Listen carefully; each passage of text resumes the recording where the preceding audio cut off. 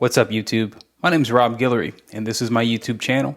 Thanks for tuning in. If you've never been before, the purpose of this channel is to encourage, inspire, and give insight into what can be sort of a strange industry. Of course, I am talking about the comic book industry.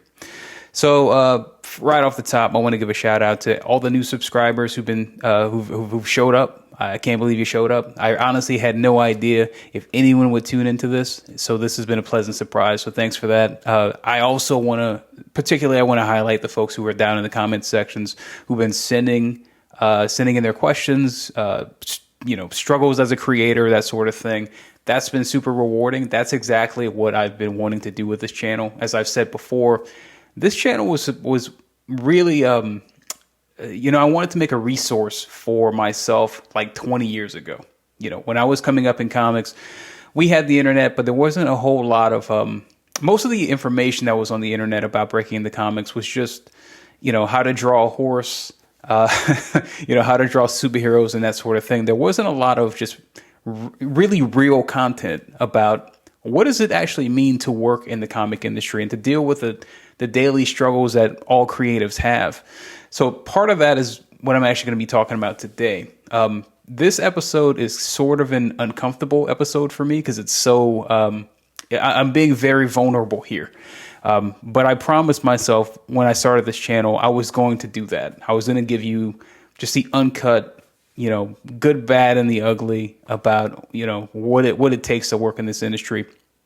It's a beautiful industry. I love working in this industry. It's the only gig I've ever really wanted. But as with any job, it has its share of frustrations, its obstacles that you have to overcome. And that's really what we're talking about today. So let's jump into that. I'm going to, dig into some commission stuff as always, and I will see you on the other side. All right. So this week is kind of a special episode. This is actually a topic that was suggested by someone who listened to a previous episode. As someone who was previously creative, but they fell out of the practice. Now they're really struggling to get back into the habit of making things. Right away, I thought this was a fantastic topic for an episode. It's something I've struggled with at various times in my career. And I have no doubt this is something that tons of people can relate to. So what happens if you fall out of your creative flow? How do you get back into it? And this is something that strikes a pretty deep chord with me because it's something I've wrestled with a lot over the past few years. If you followed my career for any length of time, you'll probably know I'm a fan of a really good routine. I'm a big creature of habit. I'm a person who values consistent productivity. I'm always experimenting with different processes and workflows, always sort of trying to tweak things just a little bit to increase my output. And really, that was probably the reason I was able to keep a regular schedule on an ongoing book like Chew for so long. At some point, I was just able to refine my workflow enough that I was able to pencil and ink a page or a little bit more than a page a day over the course of 8 years. It was really hard work, but things just kind of lined up on that book. And I'd have to say I hit a pretty nice flow on that one. Now, to be fair, when I started drawing Chew, I was only 26 years old. Not a lot of people know that. I had just graduated from college a few years before that. I was a baby when I started drawing Chew. My wife and I had only been married about a year. We didn't have any kids. And, not having, that minimal responsibility made staying in a creative groove pretty easy because I just didn't have a whole lot of responsibility at the time. Now, let's jump ahead to the year 2020. I was 38 at the time. I was married 13 years with 3 young kids. And I was minding my own business, grinding on my creator-owned comic book at Image Comics called Farmhand, when all of a sudden the world shuts down because of some weird virus that everyone was freaking out over. And again, I'm a guy that lives and breathes routine and ritual. I like to make plans and I execute them diligently. I lay it out and I knock it down. That's how I've always run my career. But who plans for a global pandemic? I just never saw that coming. So obviously, COVID rocked my world just like everyone else's. I mean, we lost family, we lost friends. We had to adjust to this really strange new world post-COVID, just like everyone else. And for most of that year, I pulled away from art. Really, all I did was work on commissions that year. mostly focusing on just making sure my kids were okay, making sure my wife was okay, and making sure I was okay, and just taking care of things at home for the most part. The one good thing about the pandemic was it really clarified for me exactly what was really important. And we got through it, thank God. But as the months passed and life started to get more normal, I noticed something. I noticed that it was getting harder and harder to make things. Of course, some of it was probably the fact that I was just rusty from taking time away from the craft. That's just normal. But a lot of it was something I think way deeper. There was some kind of mental shift that happened to me in the early days after the pandemic that really screwed with my ability to be creative. I think it was just something about not being able to make a plan. Because every time I would try to make a plan and make a workflow, the world would change again and things kept shifting over and over again. And it just really wrecked me for a good portion, a year or two after the pandemic. So, and to be completely honest, frankly, comics just didn't see that. They didn't seem that important to me at the time. Not when the world felt like it was on fire. So I was completely out of any sort of creative flow. And frankly, I've never been more outside of a creative flow than that time. And frankly, there were moments when I wondered if my career was over. And I think, we laugh about it. I think all creatives kind of have this moment where we all start to wonder, is it over? Is it too late to become a plumber? And I was there, honestly, I was looking at trades I could learn because I just assumed my art thing was over. And thank God my wife was there to talk me off the ledge and to remind me that I really do love what I do. So I then dedicated myself to getting back into the groove of making art again. But how did I do it? How? Well, the first thing I'd recommend, what I did was I had to look at my calendar and just decide. And that's where I began. See, on my wall, I had purchased a large dry erase calendar. It's a full year in a glance. And I bought that calendar a little before the pandemic. And for almost 2 years following it, I could not fill in the dates. It just sat there blank, collecting dust and mocking me.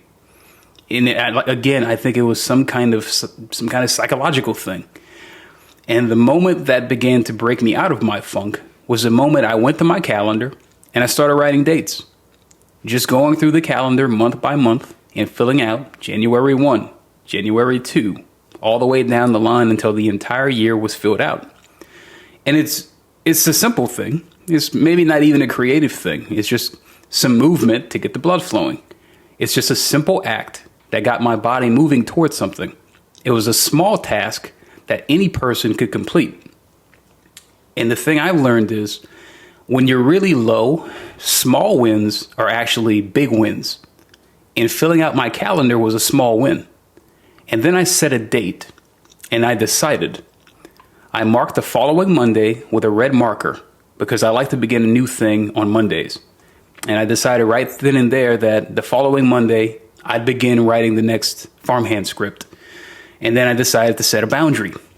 I would give myself 1 week to finish that script. And by Friday, I wanted it done. So that's about 4 to 5 pages a day, which was doable. And then I repeated that act with the issues that followed until I had a plan to write 6 scripts in about 6 weeks. And then when the Monday came, I showed up.